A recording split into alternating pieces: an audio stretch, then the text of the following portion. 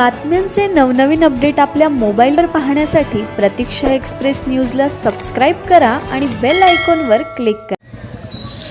पंढरपुरात टिप्परच्या धडक, एक तरुणी ठार, एक जखमी। सायकलची पंक्चर काढण्यासाठी पायी जात असताना भरधाव टिप्परने जोरात धडक दिल्याने एक महाविद्यालयीन तरुणी जागीच ठार तर दुसरी तरुणी गंभीर जखमी झाली आहे।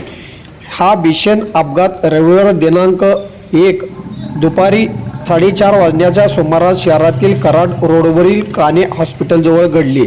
श्रेया कांतीलाल गाडे, राहणार आवे, तालुका पंढरपूर असे मयत तरुणीचे नाव आहे, तरी दुसरी स्नेहा विठ्ठल साई जरवय, राहणार सालगर, तालुका मंगळवेढा, सध्या संभाजीनगर पंढरपूर ह्या गंभीर जखमी झाल्या आहेत। शिक्षण सुरू असलेल्या श्रेया आणि स्नेहा ह्या दोघी मैत्रिणी शहरातील नवीन कराड नाक्याजवळील समाज कल्याण विभागाच्या शासकीय वसतिगृह येथे राहत दुपारी 4 वाजण्याच्या सुमारास सायकल पंक्चर काढण्यासाठी दोघी वसतिगृहापासून प्रबोधन ठाकरे चौकाकडे चालत येत होत्या।